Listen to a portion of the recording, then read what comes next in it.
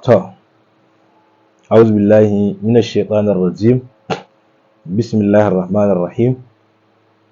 الحمد لله والصلاة والسلام على رسول الله وآله وصحبه ومن والاه وما توفيقي إلا بالله. اللهم يا معلم آدم علمنا حول ولا قوة إلا بالله العلي العظيم وحسبنا الله ونعم الوكيل والله المستعان على ما تصفون. Bayan haka ‘yan uwa masoya annabi Muhammad sallallahu alaihi wa alihi wa musulunci, assalamu alaikum wa rahmatullahi ta'ala wa barakatuhu. Kamar yadda sanarwa ta gabata ba da daɗewa ba, cewan za mu fito mu bayani akan halin da ake ciki game da wato wannan murtaddi la'ananne wanda ake ce masa Baffa Hotoro. Ina ganin da yawa wanda suka karanta post ɗin ko kuma wasu daga ciki ba su fahimci me za a yi ba. Wasu suna tunanin ko za a fito a yi masa wa Baffa Hotoro raddi. Ba raddi muka fito mu mishi ba, ina so in gaya wa 'yan uwa game da haka. Sannan kuma saƙonmu ba Baffa Hotoro muka ce kawai taƙaitaccen saƙo kan murtaddi Baffa Hotoro don 'yan uwa su fahimta.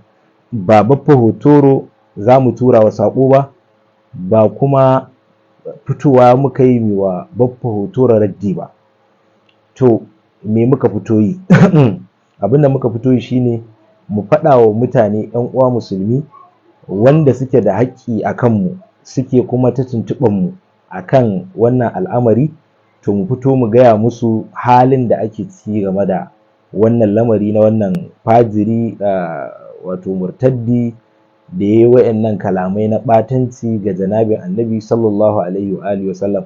Wannan 'yan uwa su fahimta abin da muka zo yi kenan. Tun da maganar nan ta fita ake kira ana wato ana ganin cewa to wani hali ake ciki, me za a yi, ya kamata a yi, kada a bar wannan abu ya wuce, kaza da kaza da kaza. To yin shiru ɗin ba tare da wasu suna da yawa ba su turo ɗin ba, amma su ma suna so su ji wace matsaya ake ciki. To kaga mutane suna da haƙƙi a fito a musu bayani akan wannan al'amari. To shine dalilin haɗowa wannan program ɗin. 'Yan uwa su sani, ina daɗa maimaitawa ba raddi za mu yi wa Baffa Hotoro ba, sannan saƙonmu kuma ba Baffa Hotoro muke turawa saƙonmu ba. Fitowa muka yi mu gaya wa mutane halin da ake ciki game da shi wannan mutum a wannan gari namu mai albarka na Kano. Na biyu, mutane da yawa wasu ba su iya ji ba. Wallahi tallahi ni ma da aka ce min abin ya fi na wancan ɗan uwan nashi, ya fi na Dr. Jaki muni, to sai na ce to ba zan ji ba. To amma sakamakon babu yadda na iya, abin da za ka yi wa mutane magana a kai, wato ake tuntuɓar ka akai, yana da kyau ka ji babu yadda za ka yi. Amma dai ina ce Allah isa ba ina nufin ita kaɗai muka yi ba. Ya cuce ni, ya cuce mu, ya cuci al'ummar musulmi, wannan muna Allah isa. Kowane mataki aka ɗauka daga baya dole Allah isa. Ko me aka yi masa wannan mu ya cuce mu, muna masa Allah isa. Ba wai kuma muna nuna shikenan Allah isa za mu yi ba. To na saurari abin da ya fi na Dr. Jaki muni, ina tare da su 100% cewa abin da ya ɗara na Dr. Jaki muni, babu shakka, tare da cewa duk abin da suka yi ɗin duk hukunci ɗaya ne, amma dai tabbas wannan nashi ya ɗari na Dr. Jaki muni. To a nan gurin gaba dama yarce, mun yi gaba ta ɗaya muƙaddima, ta biyu me ya jawo za mu tafi ɗin. To gaba ta uku shine me ya jawo wannan fajirin mal'unin da Allah ya tsine masa, menene ya jawo yayi wannan al'amari? Ba komai bane illa tallafin da wasu daga cikin ƙungiyar Izala. Abin da yasa na ce wasu, saboda wasu sun yi Allah wadai da wannan al'amari, sun yi Allah wadai da lamarin, sun kyare al'amarin, sun kyamaci abin, to dole mu dinga musu adalci, kuma suna amsa sunan ƙungiyar izala. To wasu daga cikin ƙungiyar izala da suka yi gangami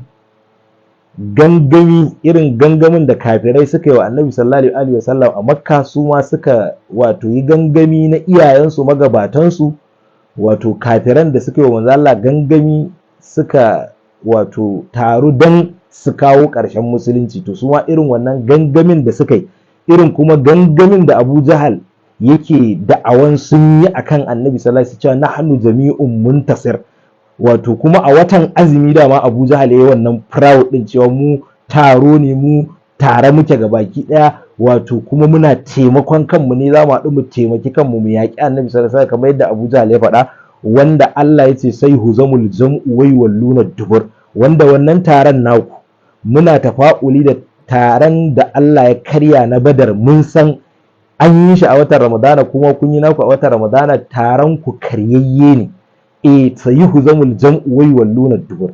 To wannan kariya da kuka je kuka haɗu a Bauchi, kuka je kuka bawa wannan la'anannan murtaddin mara albarka, kuka je kuka bashi kariya cewa ku kun fifita shi akan annabi sallallahu alaihi wasallam, ku ya fi muku annabi sallallahu alaihi wasallam a gurin ku, saboda haka za ku juyawa annabi sallallahu alaihi wasallam domin a toshe haka, bari ya fito ya yi abin da yake ya fi na shi wannan Dr. Jaki din, domin babu wani abu da za a yi.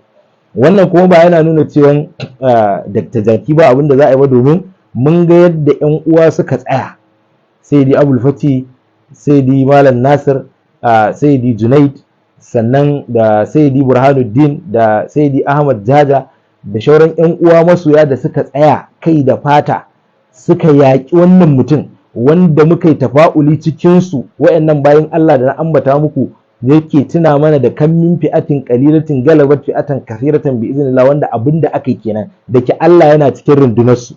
Da haka sai ya zamana abin da aka yi gangamin a kansa na a hana muƙabala ne da tsiye, saboda sun san ba su da gaskiya, sun san abin ba zai musu kyau ba, saboda haka sai suka ce ba za a yi wannan zaman ba sam, saboda sun tabbatar dan uwansu yayi su'ul adabi wa janabin annabi sallallahu alaihi wasallam, kuma za a buɗe littafi a karanta a ce ga abin da wato dan uwansu ya ga kuma hukuncin da wanda ya su'ul adabi ga janabin annabi, sai suka ce ba za su bari haka ta faruwa. To wannan abin da kuka yi ya bawa wannan matsiyacin, wannan tsina, to yayi wannan gatsalin, yayi wannan gadarar, ya fito yayi wannan wato cutarwar ga Allah da manzansa da sahabbansa da duk muminai baki daya, ya fito yayi wannan gatsali da sunan shi ma in an isa a zo a tare shi yana wannan abu. To shikenan, wannan kun ga sakamakon abin da kuka yi, kuma magana da ake ce muku ta makiya annabi sallallahu alaihi wasallam ta tabbata, ku makiyan annabi ne sallallahu alaihi wasallam. Muna Allah wadai da ku, muna roƙon Allah ya gaggauta yi mana sakayya akan abin da kuka yi wa al'ummar musulmi baki daya. Abu na gaba shine wato kira ga wahabiya cewa sun ga abin da Dr. Jaki yayi, sun ga abin da kuma wannan yi, kuma duk taka tsantsan din da bayin Allah suke yi wajen koya wa mutane ladabi ga janabi annabi sallallahu alaihi wasallam, wanda Dr. Birnin Kudu ya fito yake yakar wannan, cewar yadda ake yin fassara gatse ga kowane mutum, haka za a dinga yin ta ga annabi sallallahu alaihi wasallam, domin yin hakan ne rufe fassara da yin ladabi da waye, wannan ne ya jawo ake kai annabi sa inda bai je ba, kaza. To kun ga da'awar taku da gatsen da kuke so a yi, kun ga abin da ta haifar wa al'ummar musulmi. To halin da ake ciki game da Baffa Hotoro a Kano, yan uwa, tunda sakon namu takaitacce ne, halin da ake ciki shine tunda aka yi abin nan, saboda haka duka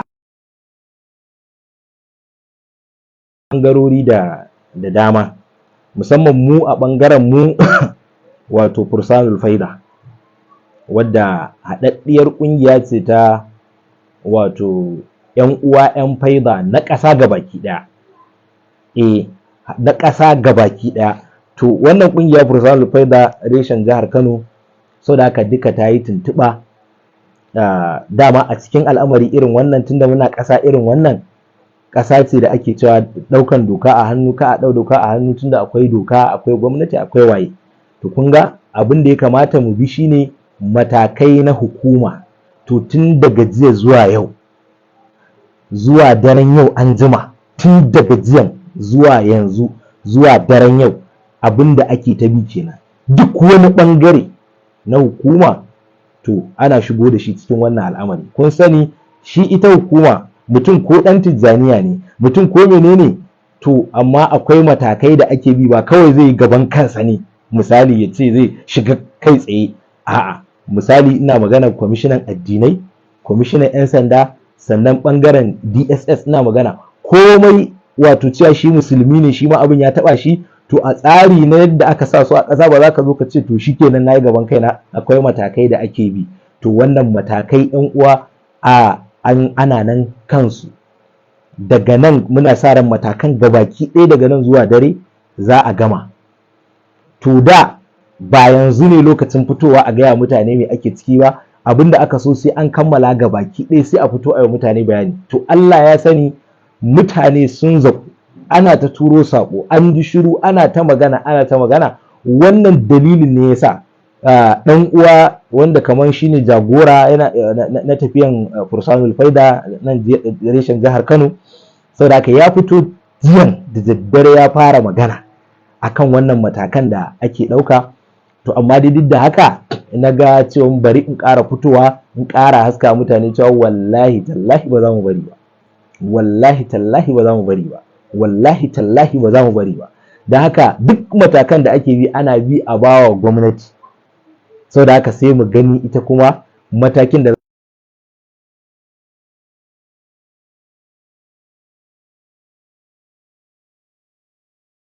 gwamnati wato kyakkyawan zato cewa ba za ta yi wasa da wannan al'amari ba, ba za ta yi sako-sako a wannan al'amari ba, ba za ta yi jinkiri akan wannan al'amari ba. Saboda haka 'yan uwa, wannan shine saƙon da na fito in faɗa wa mutane, duk ɓangarorin nan na tsaro, ba wani ɓangare da ba a taɓa alli da shi ba.